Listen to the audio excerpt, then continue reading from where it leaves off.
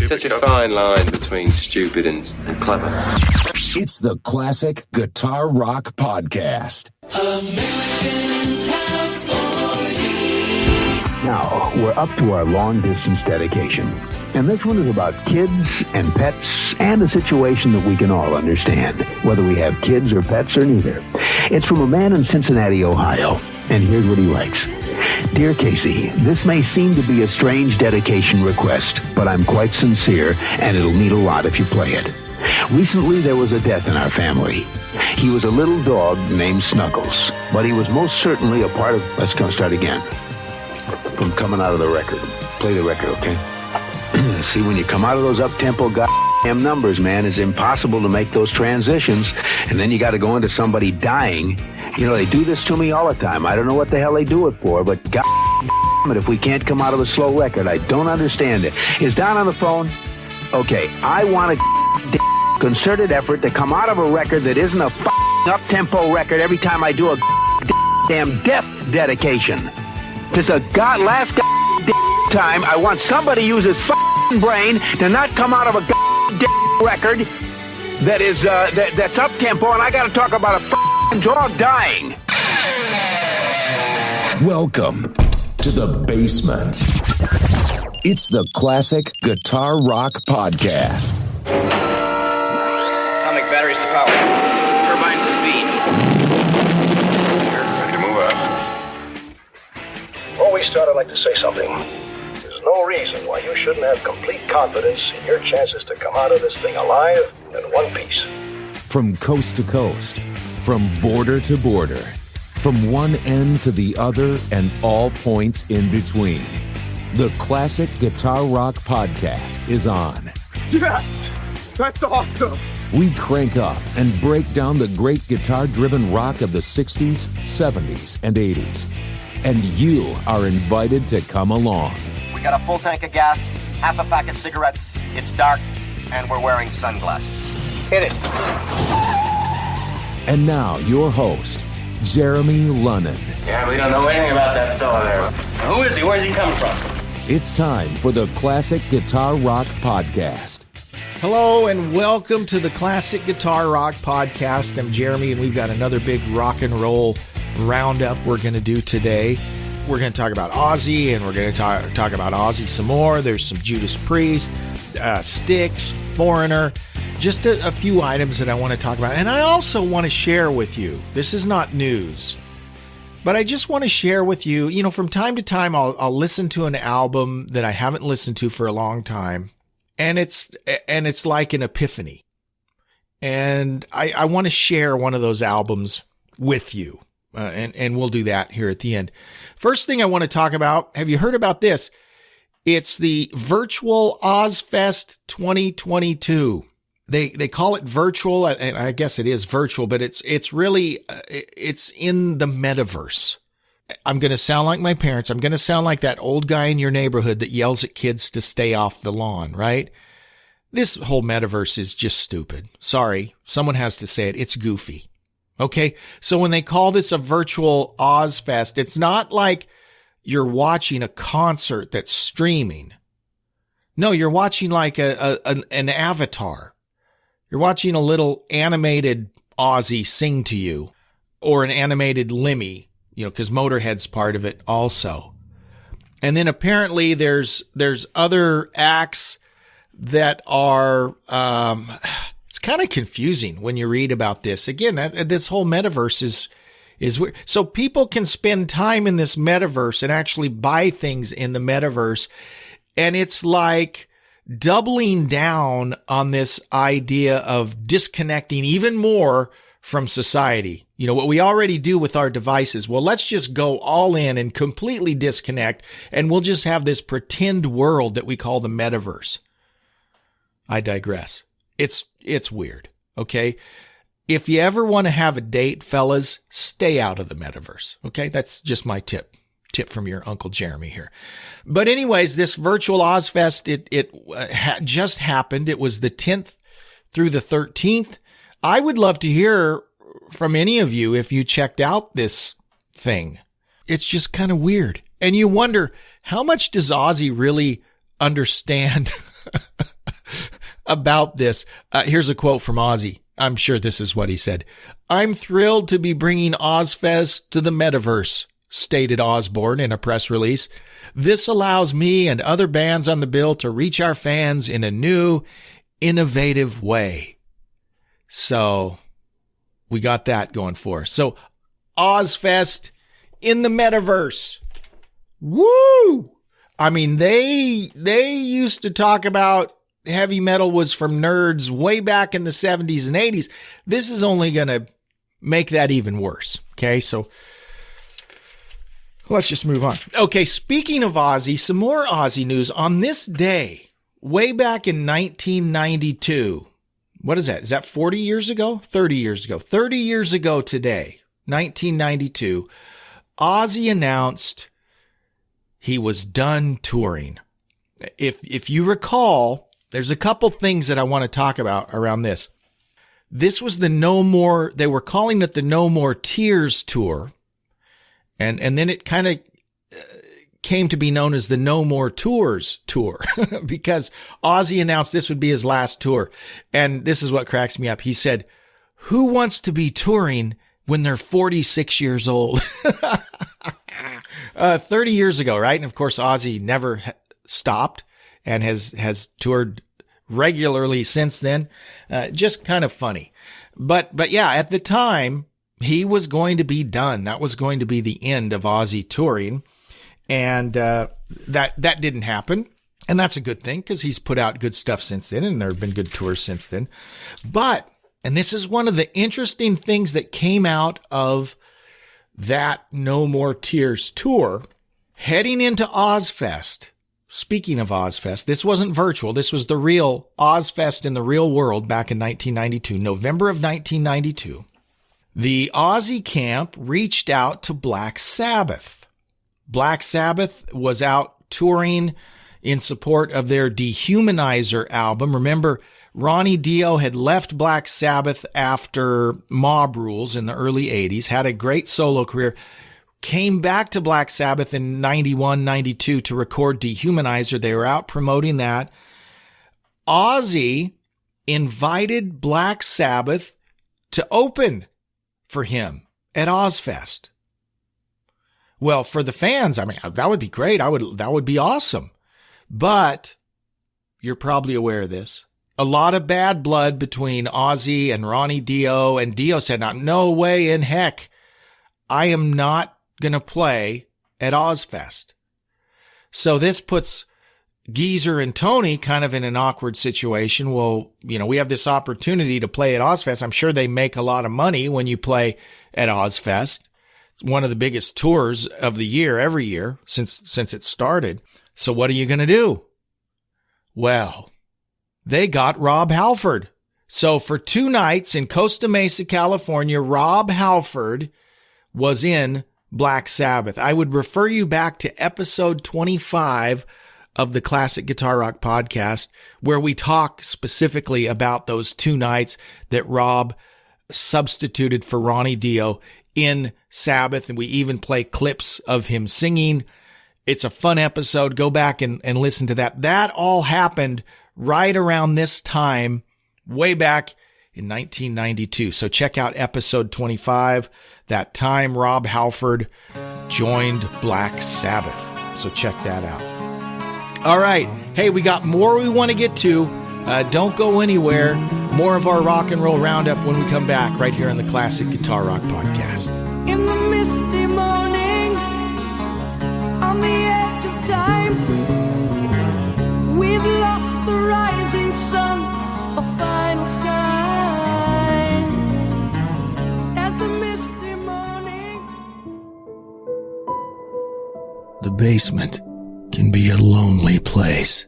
Hello? Hello? Is anyone in here? Yet, at the Classic Guitar Rock podcast, the basement is all that Jeremy and John have. Their wives don't want them geeking out on classic rock in the living room. Can you blame them? But you can help.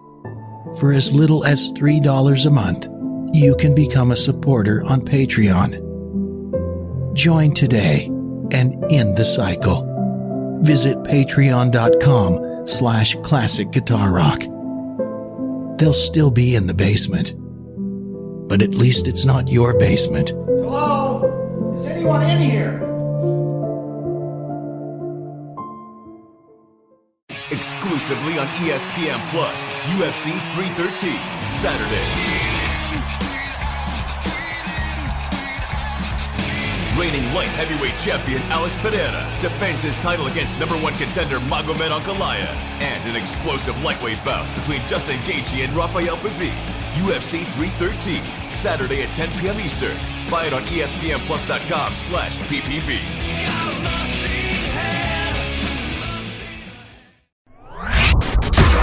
All the classic rock you can stomach. It's the Classic Guitar Rock Podcast. Welcome back to the Classic Guitar Rock Podcast. I am Jeremy. This is a rock and roll roundup, and we just talked about Ozzy. Speaking of Ozzy, kind of some Ozzy-related news here in the form of Zakk Wylde. Now, maybe you've heard that Zakk will be participating in a series of Pantera tribute shows. Now, Zakk and Dimebag Darrell were good friends. Dimebag, of course, tragically killed. Gosh, it's been, 20 years ago? Been a long time that he was, just a tragedy. He was killed by a wacko on stage. But anyways, there is a tribute show. Dimebag Darrell Abbott and his brother Vinny Paul, who is the drummer, have both passed away. And so there is going to be a tribute tour coming up that will feature Zakk Wylde, Anthrax drummer Charlie Benante, and then Phil Anselmo, who was the singer in Pantera. He'll be involved. But there have been some folks that have kind of been ragging on this idea of a Pantera tribute show. You know, when the brothers aren't even involved. Well, they can't be. They've both passed away. So some people have been kind of throwing some shade on this, which seems ridiculous to me. I mean, if you like Pantera, and why wouldn't you want to go see a tribute to them by people who knew them and loved them, right? Zakk and Dime were very close. But anyways, here's the part of the story that I think is interesting. When asked about it, you know, because there has been a little I don't want to say controversy, but some people who have not taken so warmly to this idea, right? And Zakk, being interviewed about it, he's like, well, they called and asked me if I would do it. Of course I'm going to do it. I mean, Dime was my friend. Why wouldn't I? Of course I'm going to do it. It's a tribute to Dime. Of course I'm going to do that. I mean, you don't even think about that. So he's on board from the very beginning. And you know how Zakk, he doesn't care what people think. You know, that's what I like about Zakk. But this is what's interesting. You know, when he was called about it, he says, oh yeah, of course I'll be involved. Send me the set list so I can start learning the songs. So they send him the set list. And, I don't know if for non-musicians, maybe this isn't as relatable. Maybe it is. I don't know. But to actually learn a set list, think about this. You're going to go on tour. You're going to play, a 90-minute show of another band's material. That's a big undertaking. So, yeah, Zakk's a phenomenal guitar player. I'm sure he could learn the tunes easier than I could, but it's still not an easy thing to do. And a player like Dime, he plays some stuff that would not be easy to play. So Zakk says that he's been going onto YouTube to learn how to play songs that he, you know, if there's a tough part he can't figure out, he says, I just go to YouTube and watch someone on YouTube. And I thought, awesome. Well, that makes total sense. Why wouldn't you do that? Right? There are some phenomenal, and I won't mention all of them, but a couple channels that I really like. There's one channel called Shut Up and Play Your Guitar. The guy's phenomenal. Lots of channels just like that if you want to learn how to play a song, that's an easy way to do it. Go out to YouTube and learn these songs. And so I just thought that was really smart of Zakk, and also just really genuine of him to mention, yeah, if I can't learn the song, I go out to YouTube and learn it. Good for him. I think that's awesome. Now, a shameless plug. I have my YouTube channel and I do guitar lessons and I teach you how to play songs. But this caveat, go out to my channel, watch a lesson, and then if you do exactly the opposite of what I do, you'll be able to play that song perfectly, right? But all seriousness, I do have some lessons on my channel if you want to check some of those out. But I just thought it was fun and kind of the sign of our times, right? That Zakk, a renowned guitar player, is going to YouTube to learn songs that he might be struggling with. I just thought that was really cool. So be on the lookout for that upcoming Pantera tribute tour, which will feature Zakk Wylde. I'm sure it'll be really good. All right. More news. Foreigner has announced, we talked about Ozzy making this announcement way back in 92. Foreigner has announced their farewell tour. Their extensive tour next summer will in fact be their last tour, according to the band. Now, Foreigner, again, guys, this is the way the business is. Whether you like it or not, very few original bands, let me rephrase that, very few bands featuring all or even most of the original members are still around. Okay? Foreigner has been touring with Kelly Hansen as the lead singer since about 2006, I think. So, gosh, 15, 16 years that they have been touring with someone other than Lou Gramm. Lou Gramm, really a tragedy back in the early 2000s. He had, maybe the late 90s, he had issues, health problems that literally almost killed him. And it had a tremendous impact on his ability to perform. You know, his weight ballooned from like 140 pounds to, 250 pounds. Lou Gramm, who in my mind is one of the classic rock vocalists of the classic rock era, just a phenomenal voice. I love Lou Gramm.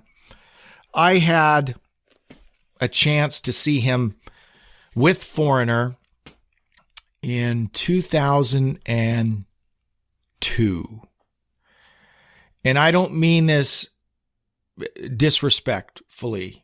I'm just being honest. It was sad. It was sad to see a guy who had been at the top of his game, performance-wise, physically. It was sad to see him live in 2002.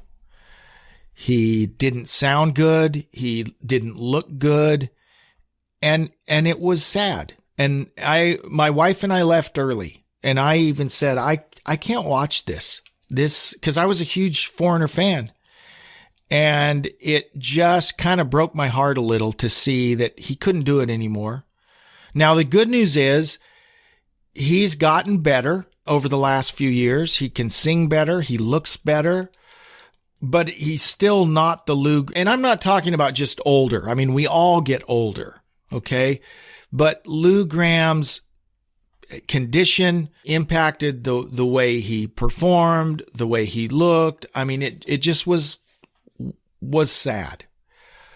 And it was to a point where he couldn't really tour anymore. And that's when Mick Jones brought in Kelly Hansen to be the singer. And, there were people that the Foreigner diehards were upset that they weren't using Lou. But Lou wasn't really in a condition that he could do it. And to be honest, Kelly Hansen did a phenomenal job. Sounds great, looks great. And that was just the lead singer, right? They also replaced pretty much everyone else. So it was Mick Jones, it was Kelly Hansen, Jeff Pilson, bass player from Dokken, who, by the way, is a super talented guy. And I think probably a better singer than Don Dokken was in Dokken. But he's part of the Foreigner camp as well. I think Jason Bonham has been their drummer, not recently, but he was a drummer for them for a while. Just great musicians that are in the band we call Foreigner now, but not the original members. Mick Jones is 77 years old. What I hear over the last couple years is that Mick will come out and play one or two songs and then he leaves. And then it's all other people. Phenomenal band, but again, some people call it a cover band because it's none of the original people. And guys, that's just kind of the state of the business. The classic rock bands we know and love, very few of them still contain the original members. So this is a conundrum. And I'd love to hear your thoughts on this. Would you rather that your favorite bands just wrap it up and you don't hear from them live anymore or recordings of them anymore, that they're just done?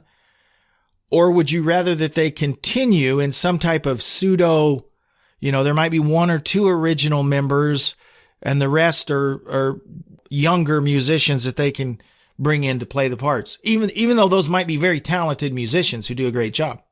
What do you prefer? I don't know the answer. And Kiss has been, they've only had two original members for the last 20 years. And some people hate that. Oh, you guys should have wrapped it up when Ace and Peter were gone. Whatever. That's just the nature of the business now. Would you rather your bands just wrap it up and quit? Or would you rather they continue on with different musicians? It's an interesting question, a conundrum wrapped in an enigma. So Foreigner has announced that this coming summer will be their farewell tour. Is that a good thing? Do you wish they'd continue? And even Kelly Hansen, who's 61 years old, he makes the point that he says, you know what? I'm 61. I still sing these songs in the original key, which is, that's quite a feat. What happens as singers get older, oftentimes they have to drop the key. Sometimes dropping the key affects the guitar licks as well. If you're, playing licks that have open strings, you can't necessarily change the key that easily. But Kelly's point was, how much longer am I going to be able to do this? I'm 61 now. I don't know that I'll be able to keep singing these songs. And so their thought is, Mick Jones is 77. He's already, really slowing down. And I think they're just making the case or they're realizing that it's time for us to bow out. Understandable. A lot of other bands probably need to do the same thing, right? But again, it's that question. Do you want to never hear live music from this band? I'm doing bands in air quotes here. If it doesn't really include any original members, is it really the band? Or would you rather them just stop? Interesting question. Love to hear your thoughts on that. So Foreigner's farewell tour will be happening next summer. And a bit of sad news. The wife of Styx guitarist James J.Y. Young has recently passed away. She died on Thursday, November 10th. She had a stroke several months ago and had been struggling with some health issues subsequent to that. Actually, the stroke was a few years ago. She was paralyzed on one side, and that had already kind of curtailed James' involvement in the band because he was taking care of his wife, and they had brought on another guitar player to kind of help out. James would appear when he could. Wasn't really, he didn't miss a lot of shows, but it did kind of impact his availability to help with, writing songs and that sort of thing. But his wife did just pass away. They were married for 50 years. James Young's very interesting guy. Styx is an interesting band, by the way. Styx, I love Styx. I'm a big Styx fan. Styx has been, again, same deal. James and Tommy Tommy actually is not an original member. James is the only original member. Tommy didn't come in till like their third or fourth album, but he's kind of considered, he was part of the classic Styx lineup, so he's kind of considered an original member. But Styx, for whatever reason, they don't get the credit that they should. They're not in the Rock and Roll Hall of Fame. They absolutely should be. That's a whole nother topic. The Rock and Roll Hall of Fame is a complete joke. We all know that. But Styx should have been in there years ago. They're still a phenomenal live band, and they've never quit. In all the drama with Dennis DeYoung leaving and then coming back for a short period and then leaving, James and Tommy have continued to tour and put out records and still put on a great show. To this day, they put on phenomenal live shows. But James is obviously grieving the loss of his wife. Our condolences go out to James and his family and the Styx family. 50 years. You don't hear about a lot of rock and roll couples that last 50 years. So that's awesome, but obviously sad to lose your spouse of 50 years.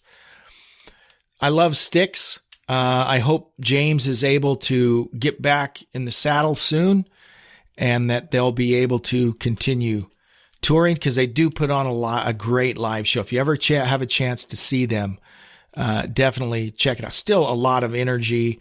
Their vocals, I mean, they're just a great live band. So definitely check them out. Okay, now I promised you at the beginning that I wanted to share an album, not a new album, but an album that I've recently revisited. And in fact, I had actually kind of forgotten about this. A couple years ago, I'd actually posted a little review of this album on my YouTube channel. And in fact, we mentioned it a few episodes ago. If you go back to our episode about the Chrysalis Records, we mentioned this album. But last night, I just, before I went to bed, I put on the headphones and I just played this album again. And it's the City Nights album by Nick Gilder. Now, this is not a hard rock album, right? This was square on. This was a pop album. I was like in 6th grade when Hot Child in the City came out. And I remember that was a song everyone was singing all the time. And it struck me because, I thought it was a girl singing, and then I found out it was a guy singing. And I bought this album a number of years ago. I mean, I'd always known Hot Child in the City, but I bought this album on vinyl a few years ago. Well, 15 years ago, probably. And, first of all, I guarantee you, if you go to your local used record store, you will find a copy of this album there. I mean, it was a very popular album, but apparently it wound up in the used record stores a lot too. Every time I go to a used record store, I find this album. Again, it's City Nights by Nick Gilder. You should check it out. If you're a guitarist, right? If you're a fan of tasty guitar playing, layered guitar playing, it's just really a good album. The singing's great. It's got great harmonies. I mean, it's very dated. It sounds like an album from 1978, but that's what makes it so good, because 1978 was a great year. A lot of great albums came out in 1978. So it's got that sound. It's kind of almost a new wavy album. Guitar playing, very tasty. Keyboards. I mean, it's just from start to finish. I love this album. So that would be my recommendation to you, is check out the City Nights album by Nick Gilder. Now, here's what's a bummer. You cannot stream it. It's not on Spotify. You can listen to the whole album on YouTube. There's a few places on YouTube where it plays the whole album. But better yet, go out to a record store or a CD, get the CD of it.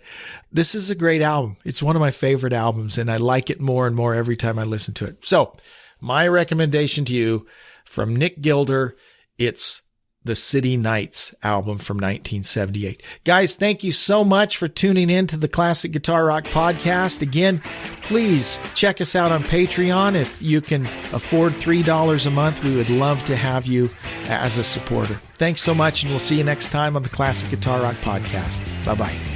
Thanks for listening to the Classic Guitar Rock podcast. Oh, sweetening! Please like, subscribe, and share. You can email us at classicguitarrock@mail.com. We're not ordinary people. We're they're morons. We'll see you for the next episode of the Classic Guitar Rock Podcast.